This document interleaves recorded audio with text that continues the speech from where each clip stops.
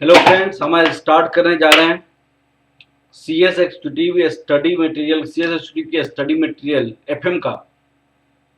हमने पिछले क्लासेज में 1 to 31 तक क्वेश्चन किया था, जबकि आपकी स्टडी मटेरियल में फाइनेंशियल मैनेजमेंट का 60 क्वेश्चन दिया हुआ है। तो आज हम 32 से स्टार्ट करेंगे और 32 के एंड से लेकर 60 तक क्वेश्चन आज करेंगे इस क्लासेज में।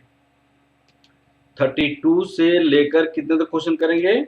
60 तक क्वेश्चंस करेंगे। तो C S executive F M का हम स्टार्ट करने जा रहे हैं। क्वेश्चंस नंबर 32 to 60 आज करेंगे। हमने लास्ट क्लासेज में हमने कितना किया था? 1 to 31 क्वेश्चंस किया था। ठीक है, चलते हैं क्वेश्चन नंबर 32 सबसे पहले देखते हैं। 32 नंबर क्वेश्चन में क्या है? 32 नंबर क्वेश्चन में आप पढ़ेंगे please. Question number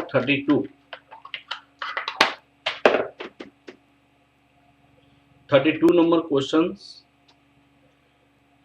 What is the payback period for the year? ₹1,20,000 हमने इन्वेस्ट किया, would yield after tax cash flow 20,000, 22,000, 25,000, 27,000, 48,000 and 50,000 in 6th year। तो पेबैक पीरियड निकालनी है। तो पेबैक पीरियड के मैंने आपको क्लासेस में बताया था 1 to इतना लिखेंगे, कैश फ्लो लिखेंगे, एक्यूमुलेटेड कैश फ्लो की सारी कैश फ्लो को ऐड करते हुए जाएंगे। तो 20,000 ये हो जाएगा और 20,000 और 42,000 यहाँ पे है। तो 20,000 प्लस 22,000 इसको ऐड किया गया तो यहाँ पे 42,000 हो गया। तो दोनों को ऐड करके हमने यहाँ पे लिखा, फिर हमने ये तीनों को ऐड करके हमने यहाँ पे लिखा, फिर हमने इसको भी ऐड करके यहाँ पे लिखा, फिर हमने इसको ऐड करके यहाँ लिखा। अब देखिए होता क्या है कि सबसे पहले हम नियरेस्ट इन्वेस्टमेंट की तरफ जाते हैं। 94,000 मैंने आपको 4 साल लैप्स हो गया, 94,000 ही रिकवर हुआ। 4 साल लैप्स हो गया, 94,000 ही रिकवर हुआ। बैलेंस कितना रिकवर करनी है? 26,000। ये 26,000 कहाँ से रिकवर होगा? ये 48,000 से रिकवर होगा अगले 5 साल में। तो आपका मतलब 4 साल सम टाइम्स लगेगा पेबैक पीरियड। तो हमारे पास पेबैक पीरियड का फॉर्मूला होता है year lapse balance to recover cash inflow the next year. 4 साल बीत गया, हमारी पैसा रिकवर नहीं हुई, हमारे पास रिकवर करना था एक भी 4 साल के अंदर 94,000 रिकवर किया। 94,000 ये हमने गलती लिख दिया, 94,000 रिकवर हुआ। तो बैलेंस कितना बच गया? 26,000। ये cash inflow of next year 48,000 next year से रिकवर होगा। तो 4.54 ईयर्स आपका पे बैक पीरियड हो जाएगा। That is the part C answer हो जाएगा। ठीक है, अब क्वेश्चन नंबर हम देखते हैं 33 में क्या है? What is the net present value of the project in 3 years? Cost आपका 32,000 है, cash generated 8,000, 12,000, 17,000 this year at 5%। तो नेट प्रेजेंट वैल्यू का फॉर्मूला होता है present value of cash inflow, present value of cash outflow. Inflow कैसे निकाली गई? यहाँ पे कैलकुलेशन ऑफ कैश इनफ्लो निकाला गया है। तो ईयर ये प्रेजेंट 5% डी 33,000 डीज। तो इनफ्लो इतनी है, आउटफ्लो इतना है, ये हो जाएगा। That is the C part आपका आंसर हो जाएगा। ठीक है, अब आपका क्या आ जाता है? क्वेश्चन नंबर 34 में क्या है? Calculation of break even point of the company with the sales 1 lakh units. 10 आपकी पर यूनिट सेलिंग प्राइस है, वेरिएबल कॉस्ट 5 लाख है, कंट्रीब्यूशन आपको 5 लाख है, अब फिक्स कॉस्ट आपको 3 लाख है, नेट प्रॉफिट आपका 2 लाख। अब इसमें वेरिएबल कॉस्ट पर यूनिट कितना हो जाएगा? 5 लाख। 1 लाख यूनिट्स के लिए तो ₹5 हो जाएगा। ब्रेक इवन यूनिट के लिए क्या फॉर्मूला था? Fix cost divided by contribution per unit. Contribution per unit कैसे निकलेगा? 10 रुपया सेलिंग प्राइस है, 5 रुपया आपकी वेरिएबल कॉस्ट है, तो पर यूनिट पे 5 रुपये की कंट्रीब्यूशन हो जाएगा। तो 60,000 यूनिट हमारे पास क्या हो जाएगा? 60,000 यूनिट हमारे पास क्या हो जाएगा? आपका 60,000 ब्रेक इवन यूनिट्स हो जाएगा। ब्रेक इवन यूनिट्स हमारे पास कितना हो जाएगा? 60,000 यूनिट हो जाएगा। अब आपको ब्रेक इवन सेल्स रिवेन्यू, तो ब्रेक इवन सेल्स रिवेन्यू का फॉर्मूला होता है units into selling price per unit. इतना हमने 60,000 यूनिट हम सेल करेंगे ब्रेक इवन पॉइंट करने के लिए, फिक्स कॉस्ट को रिकवर करने के लिए। और 10 रुपए की रेट से अगर सेल करेंगे तो 6 लाख हमारे पास ब्रेक इवन सेल्स यूनिट हो जाएगा। तो this is the C part आपका आंसर हो जाएगा। ठीक है। अब 35 number question, form with the higher operating leverage calculated by while with the high financial leverage. तो हाई ऑपरेटिंग लीवरेज के लिए हाई फिक्स कॉस्ट होनी चाहिए और production and high financial leverage के लिए हाई फिक्स फाइनेंशियल कॉस्ट होना चाहिए। तो फिक्स कॉस्ट अगर इंक्रीज करेंगे तो हमारे पास ऑपरेटिंग लीवरेज हाई होगा, फाइनेंशियल चार्जेस इंक्रीज करेंगे तो हमारे पास फाइनेंशियल लीवरेज हाई होगा। Floating cost of the source, floating cost क्या होता है, कोई भी पैसा उठाने के लिए, रेज करने के लिए जो पैसा उठाने में कॉस्ट होता है उसको क्या कहा जाता है, फ्लोटिंग कॉस्ट होता है। That is a floating cost. हमने कॉस्ट ऑफ कैपिटल में अच्छा डिस्कस किया था। फ्लोटिंग कॉस्ट शुड बी क्या होता है, पैसा, कोई भी बिजनेस करने के लिए हमें पैसा की आवश्यकता होती है, बिजनेस करने के लिए हमें पैसे की आवश्यकता होती है। और जो फंड्स रेज करते हैं, फंड्स रेज करने में जो पैसा लगता है उसको क्या कहते हैं, फ्लोटिंग कॉस्ट कहा जाता है। तो ये किसी भी ऑर्गेनाइजेशन की बिगिनिंग में जो पैसा लगता है उसके साथ एडजस्ट किया जाता है।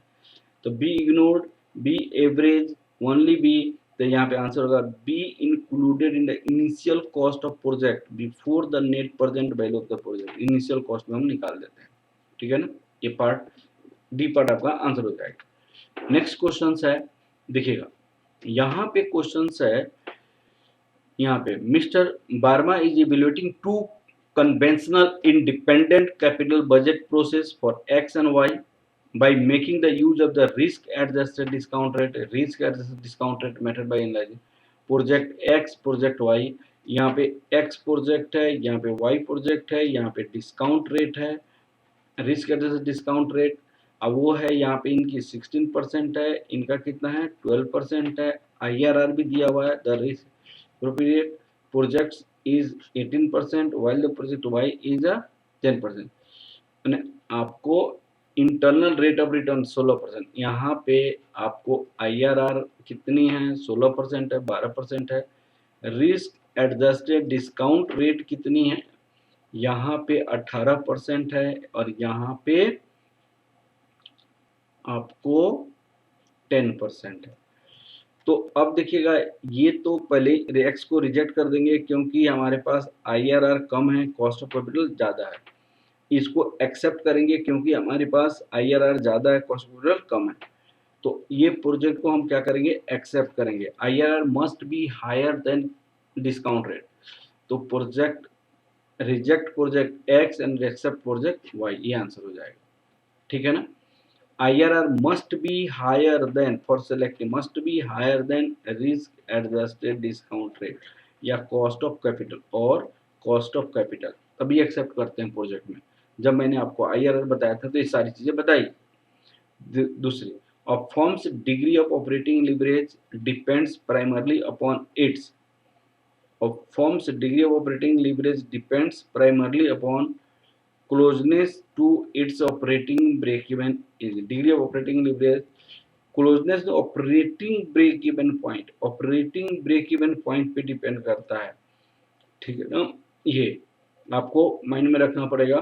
Firms degree of operating level depend primarily upon the fix cost पे भी डिपेंड करता है और साथ साथ आपको ऑपरेटिंग ब्रेक इवन पॉइंट पे भी डिपेंड करता है। ठीक है, अब चलिए आगे हमारे पास EBIT EPS indifference analysis. EBIT EPS analysis क्या होता है कि गिवन लेवल ऑफ EBIT पे आपकी EPS कितनी है, वो हमारे पास EBIT EPS एनालिसिस है। The EPS results for the alternative financial plan of the very EBIT level, ये आपका होगा। तो EPS आपको डिफरेंट लेवल ऑफ EBIT पे और EPS इंडिफरेंस एनालिसिस करते हैं। जो इंडिफरेंस लेवल ऑफ EBIT हमने आपको पढ़ाया हुआ है क्लास में, उसमें आपको डिटेल में डिस्कस किया गया है। मैंने एक एग्जांपल लिया था, एक 50,000 का एग्जांपल लिया था, एक 55,000 का एग्जांपल लिया, 55 लाख का एग्जांपल लिया था, एक 60 लाख का एग्जांपल लिया था तो ये आपको 50 लाख, 55 लाख और 60 लाख, तीन डेप्ट और इक्विटी। डेप्ट इक्विटी में मैंने डिस्कस किया था, ठीक है ना। दूसरा देखिए, तो यहाँ पे क्या होता है, ईबीआई टीपीएस एनालिसिस क्या है, एग्जामिन ईपीएस, ईपीएस को हम एग्जाम करते हैं for alternative financial plans for varying EBIT level, alternative financial various EBIT level, ठीक है। उसके बाद in the context of operating leverage, in the context of operating leverage break even analysis, if selling price per unit rises other variable cost remain same, तो break even analysis क्या होगा, तो BEP का formula होता है, BEP का formula होता है, मान लो fix cost divided by contribution per unit. अब मान लीजिए फिक्स कॉस्ट आपका 50,000 है, अगर सेलिंग प्राइस 10 रुपया है, वेरिएबल कॉस्ट 5 रुपया है, तो 10,000 हो जाएगा। अगर मान लीजिए बीपी सेलिंग प्राइस इंक्रीज कर दिया जाए, सेलिंग प्राइस आपको 15 कर दिया जाए, ये हो जाए, तो ये क्या हो जाएगा, 5,000 हो जाएगा। तो सेलिंग प्राइस अगर इंक्रीज करता है तो ब्रेक इवन पॉइंट क्या हो जाता है, फॉल्स हो जाता है, ठीक है। Next question number 41, ABC limited has cash ₹1 lakh that will invested in the equity investment that has a beta of 2.25, the current risk-free rate of return of the market 2.50, and market required 8% risk premium।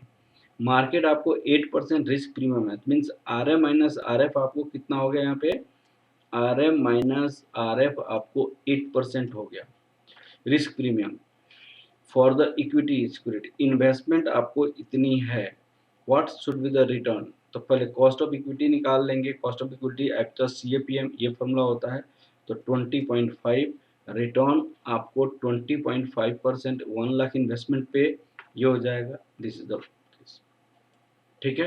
अब हम आगे की ओर बढ़ते हैं, देखिएगा यहाँ पे retained earning are, retained earning क्या होता है, मान लिया जाए हमारे पास अर्निंग फॉर इक्विटी हमारे पास 1 लाख है, हमने डिविडेंड दे दिया इसमें से 80,000, हमने रिटेन अर्निंग कितना हो गया, रिटेन अर्निंग हमारे पास हो जाएगा 20,000। हर एक साल का ये जो पैसा होता है रिटेन अर्निंग, अर्निंग के बाद डिविडेंड देने के बाद जो बचता है उसको रिटेन अर्निंग कहा जाता है। हर एक साल के बचाई हुई पैसे को एकुमुलेट करके जो रखते हैं उसको क्या कहा जाता है, रिटेन अर्निंग कहा जाता है। तो दिस एक the cumulative earning of the company after dividend, और डिविडेंड के बाद जो अर्निंग आता है जो सब जोड़ कर रखते हैं उसको क्या कहते हैं, रिटेन अर्निंग कहा जाता है, ठीक है। अब दूसरी यहाँ पे क्या है, given the following two stocks A and stock B, expected rate of return, ये इसको हम कहते हैं एक्चुअल रिटर्न 12% और ये 14%, बीटा इसका ये है। मार्केट रेट ऑफ रिटर्न आपको 0.09 है, और risk free rate of return which security should be selected, तो आपको क्या कहा जाता है, एक्सपेक्टेड रिटर्न निकाल जाता है, risk free rate of return 5 plus 1.2, 9 minus 5, 9.8 हो जाएगा, और ये आपको 12.2 हो जाएगा। अब देखिए यहाँ पे, अब ये आपका 9.8 है, हमें आना चाहिए 9.8, आया कितना 12%, इसको भी एक्सेप्ट कर सकते हैं।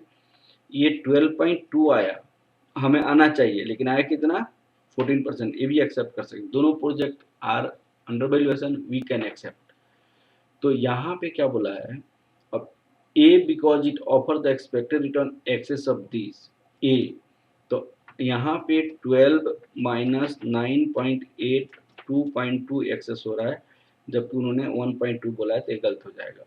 B because offer expected return 1.8, तो 1.8, तो यहाँ पे एक्सेस रिटर्न 1.8 आ रहा है, ठीक है।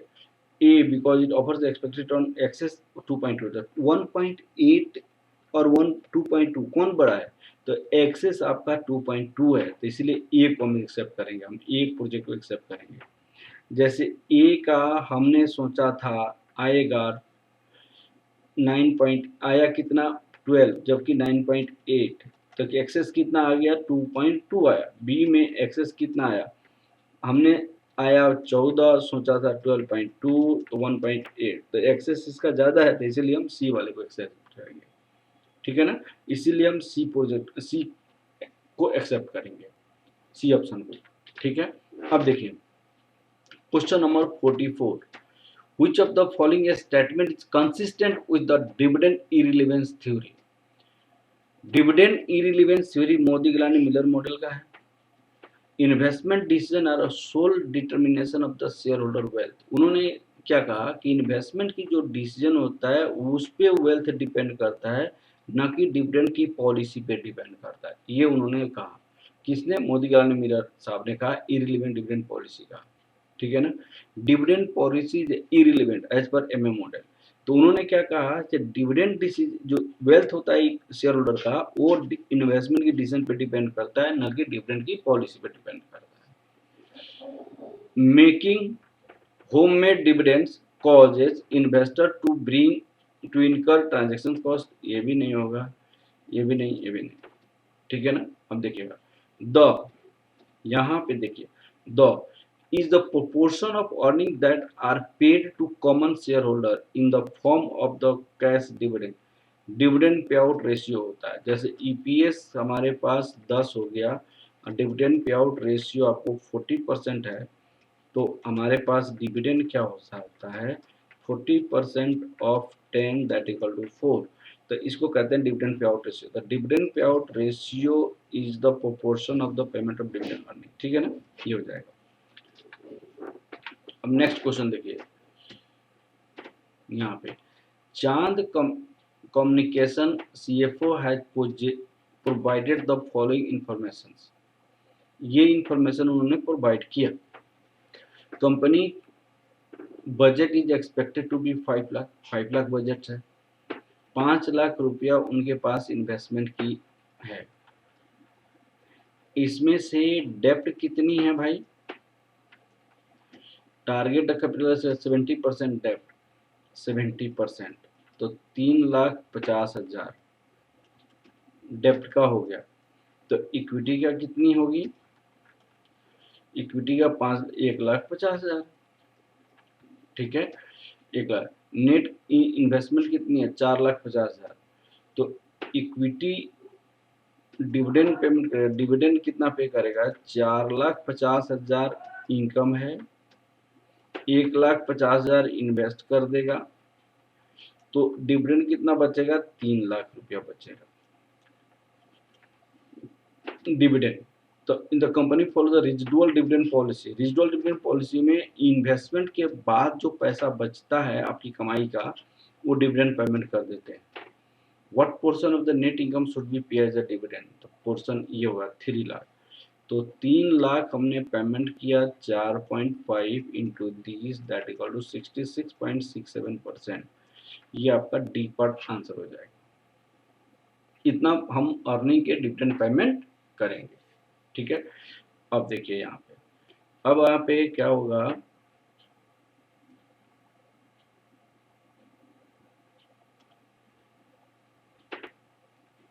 अब देखिए ये वाला क्वेश्चन इंपॉर्टेंट है, क्वेश्चन नंबर 47।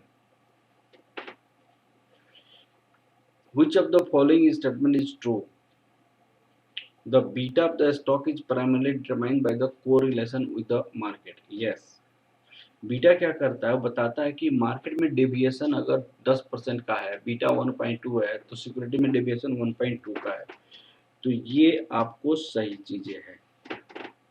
दूसरी, securities that fall above the security market under valuation. अब सुनिएगा, यहाँ पे हमारे पास ये risk free rate of return होता है, और ये आपका सिक्योरिटी मार्केट लाइन होता है, सिक्योरिटी मार्केट लाइन। अब इसके मान लीजिए ये है यहाँ पे, हमने यहाँ पे हमारे पास कोई सिक्योरिटी है, ये आपको 15% है और ये आपको 17% आया, तो सिक्योरिटी का रिटर्न 17% हमने एक्सपेक्ट किया, 15% तो अंडर वैल्यूएशन होता है, दिस इज अंडर वैल्यूएशन। तो security that fall above security market line, तो इसको क्या कहते हैं? अंडर वैल्यूएशन कहा जाता है, तो ये भी आपका करेक्ट होगा। Security that fall below the this bill वाला ओवर वैल्यूएशन कहा जाता है, तो ये नहीं हो सकता है। Security that fall on the straight line is the intrinsic value of the investors, आपको intrinsic value of the investor. दूसरी बात, the risk free rate of return defines where the security market line interest on the Y intersect on the Y axis. Risk free rate of return security market line आपको risk free पे ही काटता है, Y axis के risk free पे ही काटता है। तो that is this is the correct. तो 1 सेकेंड एंड 5 करेक्ट है, आपका सी पार्ट आपका आंसर हो जाएगा। ठीक है, अब देखिएगा 48, द एक्सपेक्टेड मार्केट रिटर्न आपको 15% है। Next year the risk free return इतना है, the expected return on the stock is 17%। What is the beta? तो बीटा आपको 1.3 हो जाएगा, डी पार्ट हो जाएगा। ठीक है ना, सारा चीज दिया हुआ है। अब देखिए यहाँ पे क्वेश्चन है, the covariance of the market return with the stocks return, this covariance आपका इतना है। The standard deviation of market 8% है and standard deviation of stock is इतना। What is the correlation coefficient between the stocks and market? तो correlation coefficient equal to covariance this is 0.91। This is B पर answer हो जाएगा। ठीक है, अब देखिएगा, are you increase the number of the stocks in a portfolio systematic risk will be remain same। कितना हो आप, systematic risk does not depends upon the diversification. Systematic risk is not under control, control से बाहर की बात है, इसीलिए आपको कितना हो सिक्योरिटीज आपने पोर्टफोलियो में रखी है उससे कोई फर्क नहीं पड़ता है, रिमेन कांस्टेंट होगा। ठीक है, systematic risk does not depends on the diversification. ठीक है ना, this is a market risk can not be controlled. Next question, the current ratio 4:1, net working capital 30,000, find out the current assets। the current ratio equal to this, the 4 into 1, 4 is to 1 that equal to 4। तो current assets 4 into this, working और current asset current liability 30,000, 3 ये आपको current liability 10,000 हो जाएगा। current asset कितना हो जाएगा, ये current liability 40,000 हो जाएगा, ये 40,000 हो जाएगा। ठीक है, चलिए अब क्वेश्चन नंबर 52 देखते हैं। which of the following would not be the finance from the working capital? अब देखिए, कैश फ्लोट ये भी आपको वर्किंग कैपिटल का पार्ट है, finance from the working capital, account receivable भी, क्रेडिट सेल भी, अ न्यू पर्सनल कंप्यूटर, एक पर्सनल कंप्यूटर वर्किंग कैपिटल का पार्ट नहीं है फॉर द ऑफिस, ये एक एसेट्स हो जाएगा। This is assets. अब पर्सनल है वो भी कंपनी की एसेट्स नहीं होगा, पर्सनल है, तो this is the not a working capital. बाकी सारे working, these all are the working capital। working capital is the cash which is required for sound operation of the business। next again, when total current asset exceed the current liability refer to the working capital। क्योंकि working capital का part क्या होता है, current assets minus current liability. ठीक है ना, यहाँ पे देखिए, in the above balance sheets the total assets 10 lakh है, टोटल एसेट्स कितनी 10 लाख, करंट लायबिलिटी 5 लाख है। तो 5 लाख करंट लायबिलिटीज है, तो आपका क्या हो जाएगा, करंट लायबिलिटी 5 लाख है, तो इसमें आपकी कैपिटल, इक्विटी कैपिटल प्लस डेप्ट आपको कितना हो जाएगा, 10 माइनस 5 दैट इक्वल टू 5 हो जाएगा, ये इक्विटी प्लस डेप्ट। तो उन्होंने इक्विटी का 2 दिया हुआ है, तो डेप्ट इक्विटी रेशियो आपको बोला है कितना हो जाएगा, तो डेप्ट आपका कितना हो जाएगा 5 माइनस 2 दैट इक्वल टू 3। तो डेप्ट equity ratio, dept equity that equal to dept upon dept plus equity that equal to, क्योंकि 1 से कंपेयर किया गया है, तो that equal to 3 divided by 5 that equal to 0.60। तो इसमें कोई नहीं है, तो नॉन होगा, ये डी पार्ट आंसर हो जाएगा। अब आगे बढ़ते हैं, देखिएगा ये आपको, a project has an upfront cost 1 lakh, project weighted average cost will 12% and its net present value is 10,000। Which of the following statement is correct? Internal rate is greater than 12%. Exactly. Net present value आपका greater है 0 से, तो IRR greater है cost of capital से, that equal to आपको 12%। तो ये आपका आंसर हो जाएगा बी पार्ट। इस क्वेश्चन में, क्वेश्चन नंबर 56 में बहुत सारी इंफॉर्मेशन दिया हुआ है और ये सारी इंफॉर्मेशन को यूटिलाइज करके इसकी आंसर निकाला जा सकता है। ह्यूज टाइम लगेगा, I think this is the not so important, लेकिन अगर एक क्वेश्चन आ जाए तो आपको माइंड में रखना पड़ेगा कि दिस इज आंसर 37.1। ठीक है ना, इसके लिए बहुत सारे इनपुट की आवश्यकता है। ओके, अब नेक्स्ट क्वेश्चन चलते हैं हम हमारे पास। Suppose that two stocks A and B earn a 2% return and the stock B earns 9%. In year 2, 18% and 11%. Which stock is higher geometric average return? The geometric average return का मतलब होता है, geometric average return दो का A into B होता है। तो इसका एक 6% हो जाएगा, इसका 9.9 हो जाएगा, तो बी स्टॉक के पास हायर होता है। Next question, the investor may be willing to pay for a premium for a stable dividend because the informational content of, ये आपको माइंड में information dividend, informational contents of dividend, desires of the investor for current incomes and certain institutional consideration। ये वाला आप C B part आपका answer हो जाएगा। ठीक है ना, नेक्स्ट आप देखिए, next 59 number question, which of the following factors is most likely to explain why a company decides to increase its annual dividend? Annual dividend decide करने के लिए which factor is most likely to explain? तो a firm brief by management that divides represents residual payments, a large number of desirable factors, packing order theory नहीं होगा, a large proportion of its share are owned by the institutional investors।